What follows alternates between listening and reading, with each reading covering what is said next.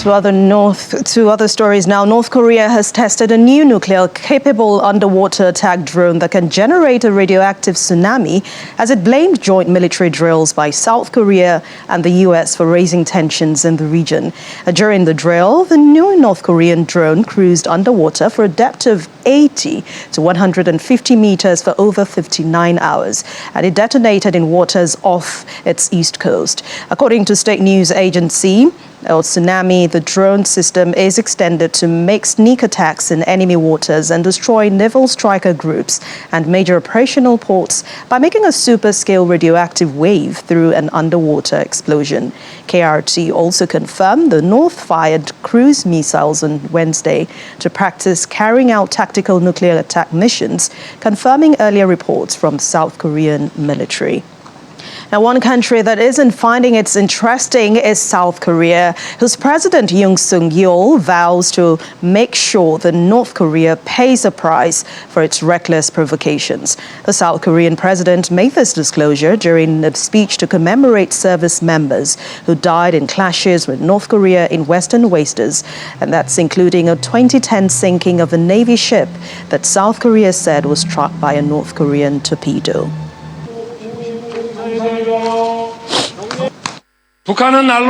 North Korea is advancing its nuclear weapons day by day and carrying out missile provocations with an unprecedented intensity. Our government and military will significantly strengthen the South Korea's three-axis system against North Korea's advancement of nuclear and missile program and further consolidate security cooperation between South Korea and the United States and between South Korea and the United States and Japan. I will make sure North Korea pays for its reckless provocations. In the meantime, United States and South Korean militaries conducted air drills as part of a joint field training exercise called Warrior Shield. The video footage provided by South Korea's military fighter jets, including F-15KS, F-35AS, and KF-116AS, were seen dropping various types of missiles and bombs, which hit targets that exploded. South Korea's Air Force said the 5 days of air-to-air live firing and air-to-surface bombing drills started on Monday with the U.S. 51st Fighter Wing of 7th Air Force and involved various South Korean fighter jets, along with the U.S. A-10 attack aircraft to check precision strike capabilities of the Joint Air Force.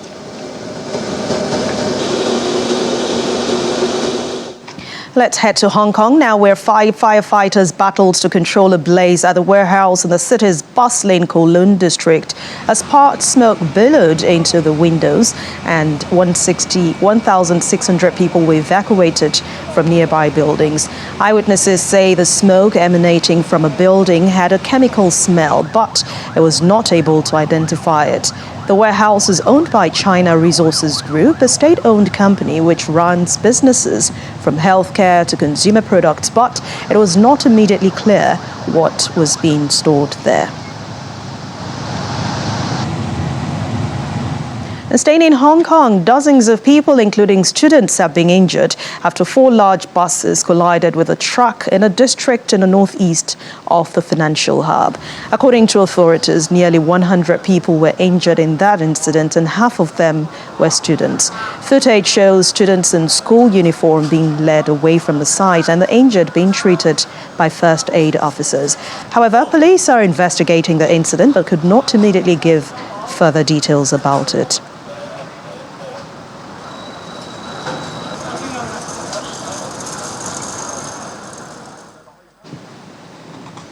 And from Hong Kong, we head to Spain, where a raging wildfire in the eastern part has forced hundreds of people to leave their homes. Emergency services were alerted about the blaze in the region of Valencia.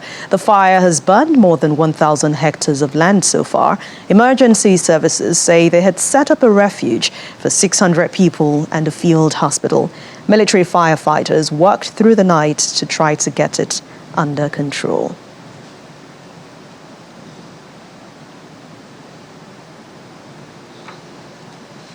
And Swiss insurance giant Swiss Re says that the dollar's worth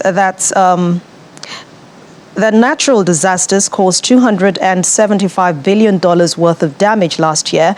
Lars Holter is with Deutsche Welle and now gives us updates of this from Berlin. Thank you, Lars, for joining us on the program.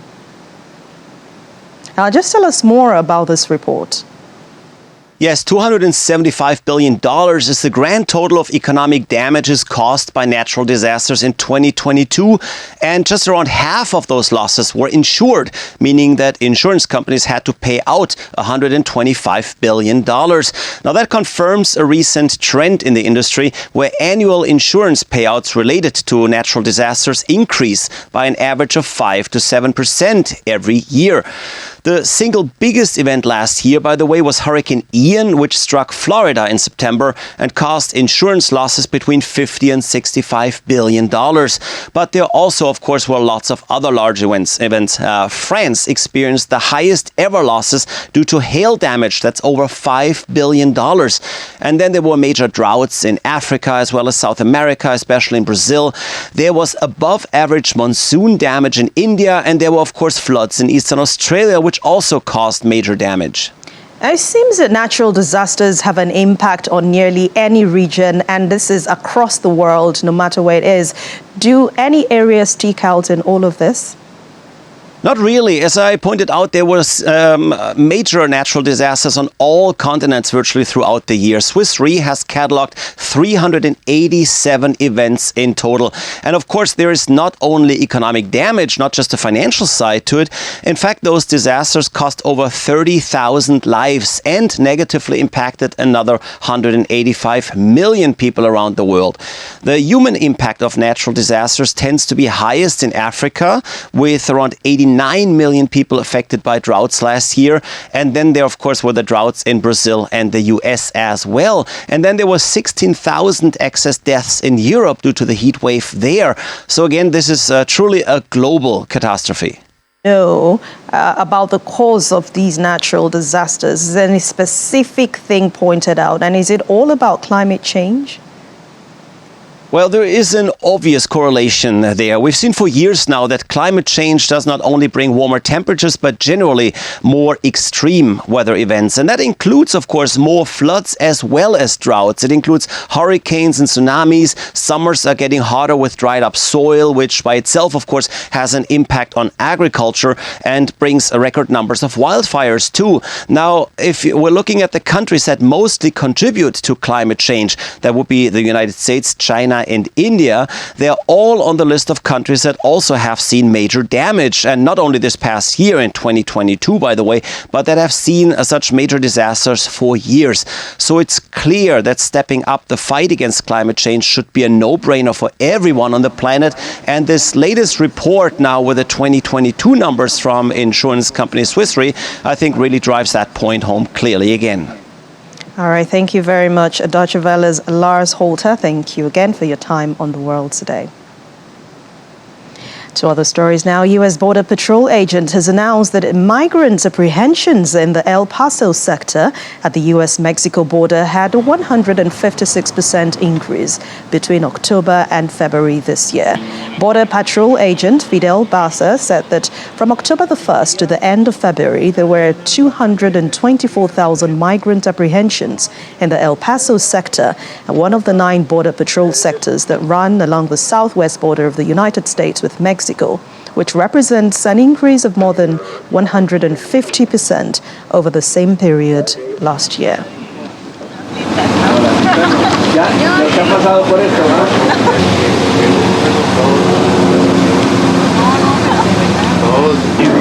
Now, what we see typically here in the Santa Teresa station is we see single adults looking to avoid apprehension. Here we don't really see people turning themselves in.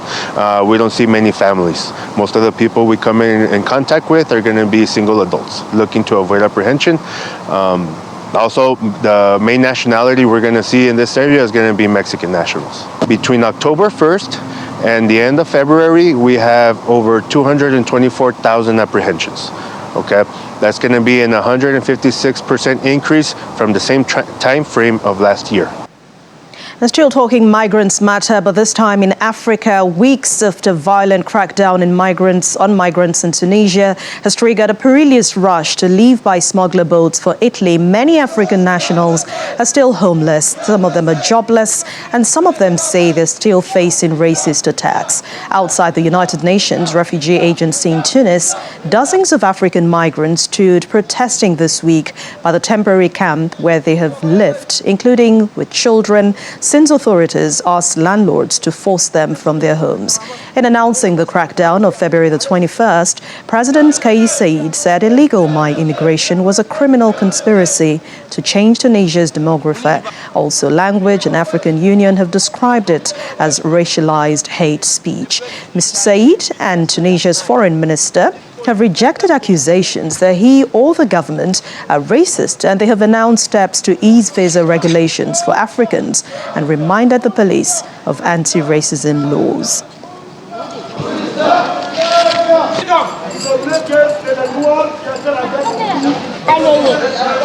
We need evacuation. Tunisia is not safe. Tunisia is not safe. Here in Tunisia, no one will have a future once you have in this color, this color, this color. Is it a crime to have this color? Is this a crime? You can't have access to have an apartment, even if you have the money. You can't have access to have an apartment. So it makes no sense. We have been sleeping in the streets with our children, and we are exposed to all kinds of attacks. School will be back in session today for 420,000 Los Angeles students, and that's a 3-day strike by education workers disrupted classes and social services in the second largest school district in the United States. It's coming after the Los Angeles Unified School District and the Service Employees International Union failed to reach an agreement during the work stoppage, which ended on Thursday with another day of picketing and rallies by striking bus drivers, custodians, cafeteria workers, and other low-wage earners. Have to make a decision to put gas in their car that day. You know what, I was thinking about that today, and I was thinking about, like, we're going to go back to work tomorrow after this, but I'm ready not to go back. If we're going to keep having to fight, then I'm willing to do that. We're 3 days in, and I'm willing to do some more days if we have to. So. We need fully staffed schools. At our school, we had no TAs from the beginning of the school year. We're short on custodial staff, and that's every school. We're short on subs, we're short on teachers, and the reason we're short on staff is because we're not getting paid enough. They're not getting the respect. So when we're asking for people to come and get $25,000 a year, that's not enough. So, you know, we're facing housing insecurity, we're facing eviction, food insecurity. A lot of our workers are also LAUSD parents, so their kids are LAUSD students. So it really impacts the entire district, and really it's not too much to ask for our workers, our education workers, to make more than in and out. Sometimes when you have things going on, mediation or whatnot that's been going on, it takes a little time. It's a long process. We don't want to sign something, at least my take is that we might regret later. You know, sometimes they put stuff on paper and you're so excited to sign it, and then you get a resolution at the end, 3-4 years, like, why did I sign that? So in my take is it's better to take our time on it and get it done right the first time. I'm hoping that it creates respect for everyone in the education field, not just the teachers, but also for the people that work in our school, because we're the people you trust when you drop off your children every day. Each one of us needs to be qualified to keep the children safe and feel loved. You know, this is their home away from home. It's not just all about education. It's about taking care of the child today and for the future. The LSE palace said that King Charles's state visit to France this Sunday has been postponed, and that's after social unrest over President Emmanuel Macron's changes to the pension system erupted into violence in Paris and cities across France. The LSE said a joint decision was taken by the British and French governments after trade unions called for a further day of nationwide strikes and demonstrations during the King's visit. The postponement will be a major embarrassment to Mr. Macron, who had hoped the monarch's visit will mark a symbolic step in the two countries' efforts to turn a page after years of poor relations post-Brexit.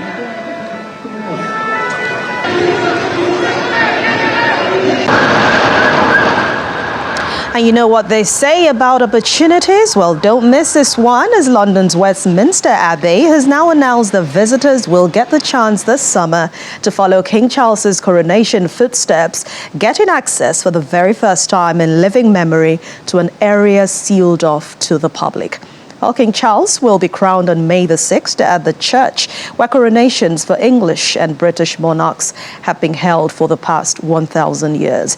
As part of the special tours to be run in the weeks afterwards, visitors to the Abbey will be able to walk having taken their shoes off on the cosmetic pavement near the high altar, where the coronation chair will be placed for the service.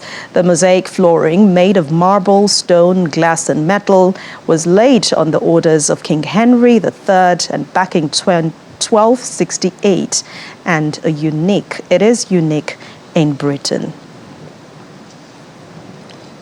This is going to be a really unique experience for people. We're only doing these tours for May towards the end of July. So it's groups of 10 people, one tour a day. It's a very unique experience for people to actually go and be on the pavement and share in that experience of being where the monarch is crowned. So for me, as a Stone Conservator, the pavement as a unit is pretty important and pretty amazing. But the different elements that make up the pavement, so for example, the British stones that are in the pavement, the Purbeck marble that delineates the pavement, the patterns in the pavement, that's really unique because Cosmati pavements in Italy, they use white marble. So nowhere else in the world do we have a pavement like this where you see the collaboration of Italian craftsmen and British masons as well. So it's incredible. Of course, you have the central stone, which is calcite alabaster, chosen for its colour and for how beautiful it looks to be the centre of the pavement. And of course, that's where the coronation chair will sit on the day of the coronation. Yeah, it's such a rare opportunity. Nobody, apart from the clergy, go up to this space. So for visitors to come here and be able to walk on the pavement and get up close and look at the designs and all the different materials that make up this incredible piece of art, it's going to be just a once-in-a-lifetime experience. That's going to be an incredible moment because for the last coronation and possibly other coronations, the pavement wasn't on view. It was in such a deteriorated state that it couldn't be used, so it was always protected with carpet. So for the first time in kind of known history, this pavement will be on view and used for a coronation. So we get to see all the beautiful designs, all the colourful stones that make up this amazing work of art. Still in Britain, Foreign Minister James Cleverly and the European Commission Vice President will formally sign off on a new Brexit deal known as Windsor Framework today. The meeting is coming after British Prime Minister Rishi Sunak won the backing of Parliament on Wednesday for a key element known as the Stormont Break and his reworked post-Brexit deal with the EU on Northern Ireland. The breaks enables Britain to prevent new EU laws applying to goods in Northern Ireland if asked to do so by a third of lawmakers in the province's devolved of legislature. In the statements, Mr. Cleverly said that he looked forward to an effective cooperation with the European Union. And when we return in just a moment, human chain of hundreds hold hands in Bondi Beach to raise mental health awareness. We'll bring you the details. Please stay with us. Welcome back. You're still watching The World Today on Channels Television. On the occasion of World Tuberculosis Day, the World Health Organization, the WHO, is announcing the expanded scope of the WHO Director General's flagship initiative on tuberculosis over the period from 2023 to 2027 to support fast-tracking progress towards ending this and achieving universal health coverage by the year 2030. Tuberculosis remains one of the world's top infectious killers, causing 1.6 million deaths every year and affecting millions of people with enormous impact on families and communities. On Tuesday, Tanzania confirmed its first known case of Marburg virus disease. So far, 8 cases have been confirmed, including 5 deaths.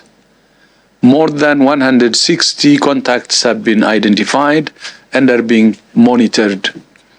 National responders trained jointly by WHO and the US CDC have been deployed to the affected region to carry out further investigations, monitor contacts, and provide clinical care.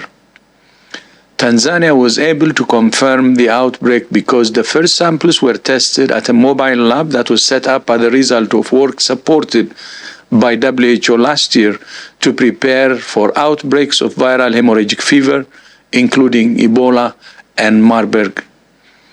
WHO has offered further support to the government of Tanzania. A month ago, Equatorial Guinea also reported an outbreak of Marburg virus disease.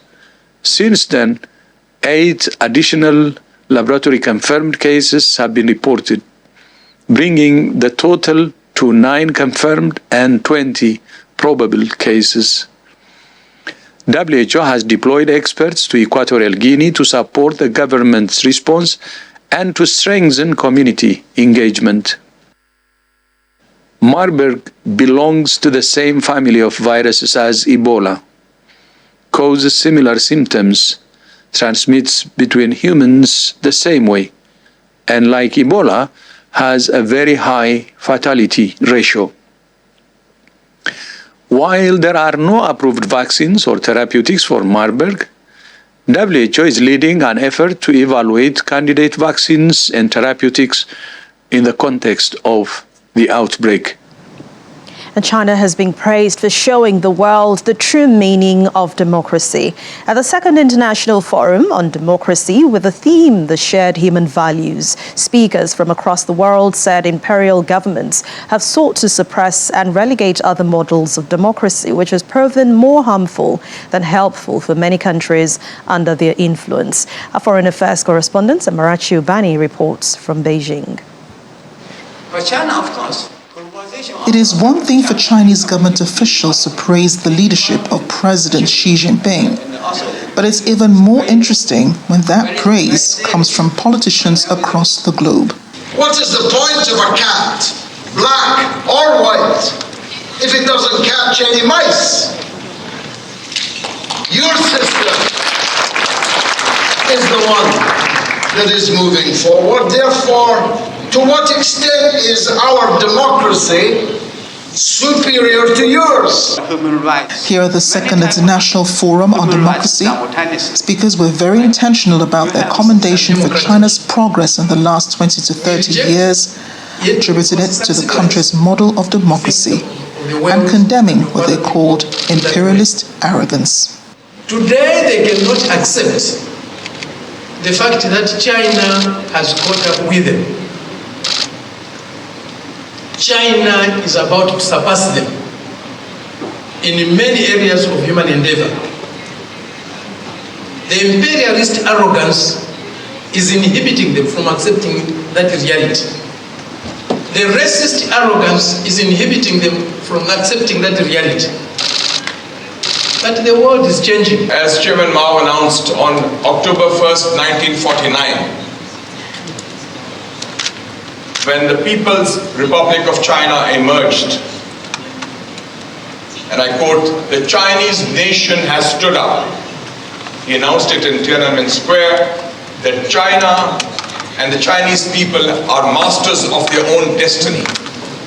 And this has to be the essence of democracy, that people decide their own future, their own destiny by themselves. It was a praise fest for China, as speaker after speaker condemned Western democracy, which they said lacked democratic values, was self-serving, and caused citizen distrust in democracy.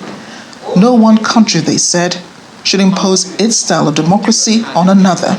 It must be said that very, very few countries, if any, can call themselves truly democratic.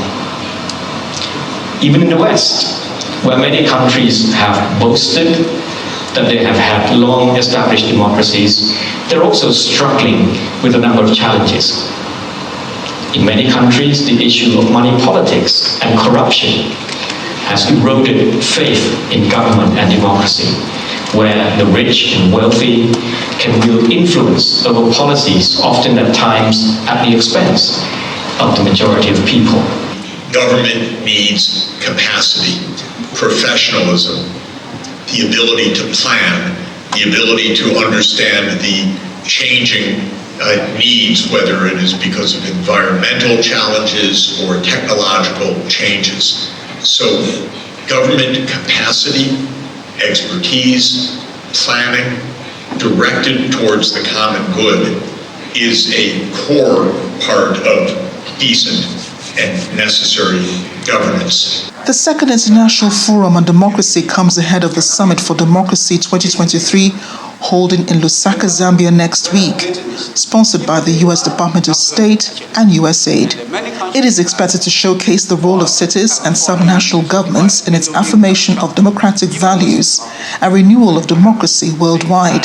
With the China model firmly in the running as an alternative to Western-style democracy, leaders will be watching which side addresses their interests the most. Here in Beijing, China, Amarachi Ubani, Channel Television News. And finally on the program, hundreds gathered in the early hours of today, dressed in bright fluorescent colors, joining hands along Sydney's Bondi Beach to raise awareness for mental health. One Wave, a non-profit surf community helping to raise mental health awareness, celebrated their 10th anniversary today with more than 800 people on that beach. One Wave now takes place at more than 200 beaches across more than 50 countries, from Norway to New Zealand. Make sure we don't lose the middle. We've got to be able to hold each other's hands here. Yeah, there's a lot more awareness now around mental health. The first day of Fluoro Friday, I paddled out by myself. After being diagnosed with bipolar, I wanted to let people know they don't have to face mental health challenges alone. The reason we wear fluoro is because it makes mental health more visible, it makes people happier. So the awareness has increased, but we're still losing too many people. Too many people lose good people every day, so we're just going to keep talking about mental health. If you are struggling, no, it's okay not to be okay. Reach out to a mate and come and hang out with the One Wave crew at Fluoro Fridays. Yeah, today we had 17 countries creating a Fluoro Wave. We started in New Zealand, we're going to end in Norway tomorrow. So we have 17 countries creating a 24-hour wave for mental health. So the dream is to get One Wave to 100 countries around the world running Fluoro Friday events to raise awareness of mental health. We wear fluoro because it makes people happy, but it also helps start conversations about an invisible issue. Mental health, it's hard to know when people are struggling, and often it's the people you least expect. So it helps start those conversations. Well, a healthy mental state is very important, and we hope that we all work towards helping those who struggle. Well, that's it on The World Today. Thank you so much for watching. I'm Anne Nwaudu. Have a wonderful weekend.